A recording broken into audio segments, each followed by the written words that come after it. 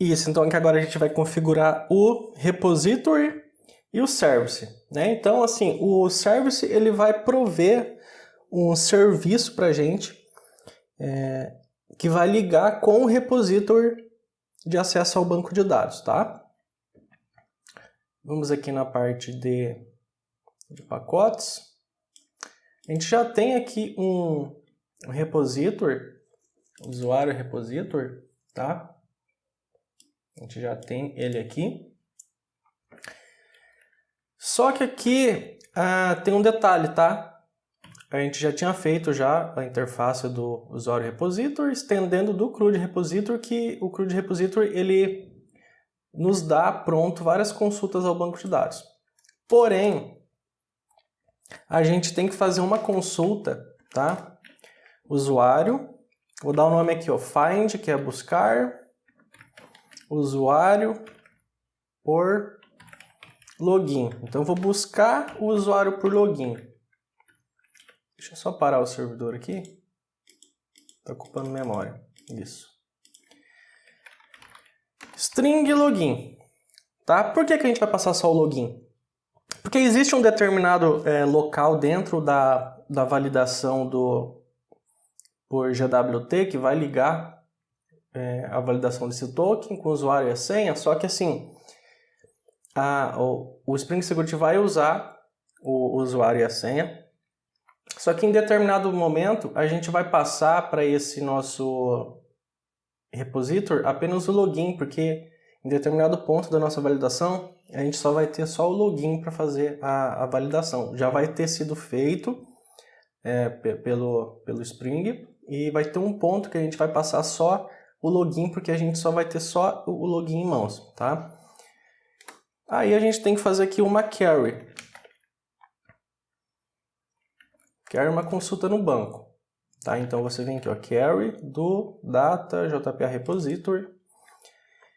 E daí a gente vai escrever aqui, ó, select o de usuário, né? From, a gente escreve a classe daí, porque a gente trabalha com classe, e o alias u, né? Onde o ponto login é igual ao parâmetro que eu vou passar na primeira posição, tá? Então, se você segurar o Ctrl e clicar, ó, ele vai exatamente para a nossa classe. Alt, setinha para trás, volta. Então, ele vai fazer essa consulta no banco de dados. Ele vai pegar, a gente vai passar por parâmetro, vamos passar o login, tá? E ele vai executar o select na tabela usuário, onde o login é igual o que foi passado aqui, tá bom? A gente tem que o parâmetro e a posição do parâmetro. É assim que funciona no JPA, a passagem dos parâmetros aqui, tá? Onde o login for igual e ele liga, a gente só tem um parâmetro aqui, um parâmetro, por isso que a gente especifica um parâmetro no método. Então, um parâmetro no método, recebendo com um parâmetro, tá? Posição. Beleza, então a gente tem que fazer o service agora. Vamos ver se tem um pacote de service aqui.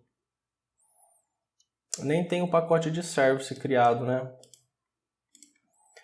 Deixa eu ver aqui. Então a gente vai criar esse pacote aqui de service, tá? Deixa eu só achar o ponto que eu fiz aqui. Esses services. Deixa eu ver.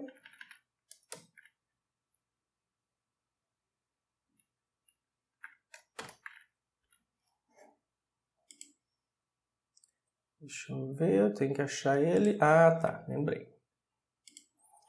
Deixa eu só achar aqui o ponto dos services que eu fiz, tá? Eu tenho que pegar aqui para eu não errar. Deixa eu só dar uma olhada aqui.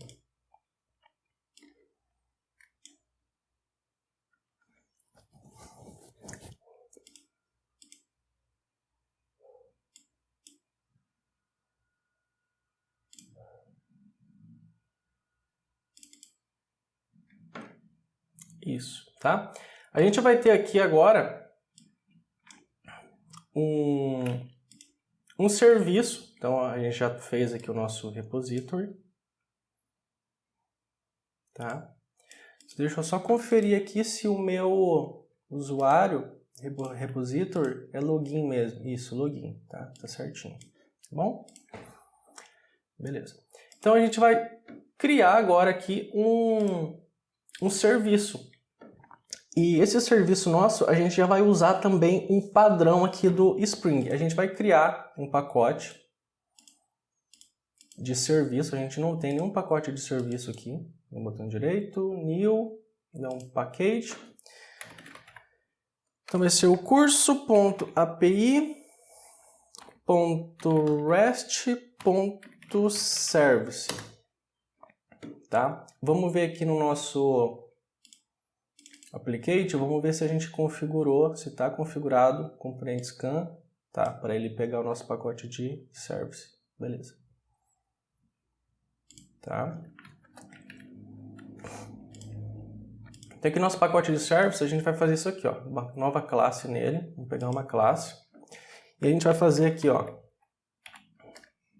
implementação user details service. Por quê? Eu estou dando esse nome aqui. Porque a gente vai implementar uma interface aqui do Spring que já tem por padrão um método para buscar no banco de dados o nosso usuário, tá? Então a gente vai implementar aqui, ó, user details, aqui, ó, aqui embaixo, service, tá? Cuida com o pacote, core user details, tá aqui o pacote user details service. E ele vai pedir automaticamente para a gente implementar um método que é chamado de load user by name user, tá? E é por isso que a gente criou aquele repository carregando apenas, passando por parâmetro apenas o username ou então o login, tá? A gente tem que anotar essa camada com @service para o Spring controlar pra gente. E aqui na injeção de dependência, a gente tem que pegar o usuário repositor, tá? Usuário repositor, cuida para digitar aqui com a letra minúscula aqui, tá? @authoride, tá? Aqui é a injeção de dependência que ele vai injetar automaticamente esse nosso repositório que a gente fez antes aqui dentro do serviço. E daí o que a gente só tem que fazer? Aqui a gente vai fazer uma validação, tá? Então, automaticamente, o Spring ele vai chamar por trás, a hora que a gente invocar esse serviço nosso lá na implementação mais para frente que a gente vai fazer do Spring Security, a gente vai invocar esse serviço e ele vai fazer todo o processo automático para a gente. Mas para isso, a gente precisa fazer a nossa parte também. O primeiro passo é o quê? Consultar aqui no banco, ó. Consultar no banco o usuário. Como é que a gente faz? Vai fazer isso aqui, ó. Vamos instanciar um usuário. Então a gente tem aqui uma classe usuário, que é a nossa classe usuário, igual ao quê? Usuário repository ponto o método, ó, find user by login, passando o quê? O login. Aqui no caso o login dele é o nosso username, tá? E daí a gente vai fazer aqui uma validação, ó. Se ele não encontrar o usuário,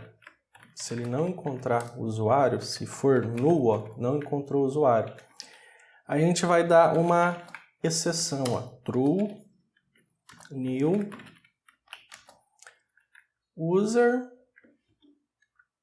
username not found exception, tá? Então quer dizer o quê? Ó? Username não encontrado. Ó, pode ver que a gente tem algumas validações aqui, algumas classes para serem usadas. Então a gente vai dar a mensagem, ó. Usuário não foi encontrado. A gente pode dar essa mensagem no sistema caso não encontre o usuário. Senão, a gente vai ter que retornar uma implementação desse user details. Se a gente for ver a nossa classe usuário, a gente implementou o UserDetails, tá vendo? Justamente para poder retornar aqui nesse método padrão agora do Spring, tá? E o que eu tenho que fazer daí? A gente tem que fazer aqui, ó, retornar um new user, cuida com o pacote aqui, cuida, ó, é o pacote do Spring, tá? E a gente vai retornar o primeiro parâmetro, user.get, opa, é usuário,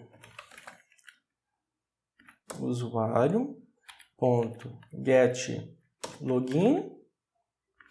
A gente tem que passar a senha dele também, .get, que foi carregado, e usuário.as autoridades dele, tá? Então eu vou dividir aqui esses três parâmetros para ficar fácil para a gente entender.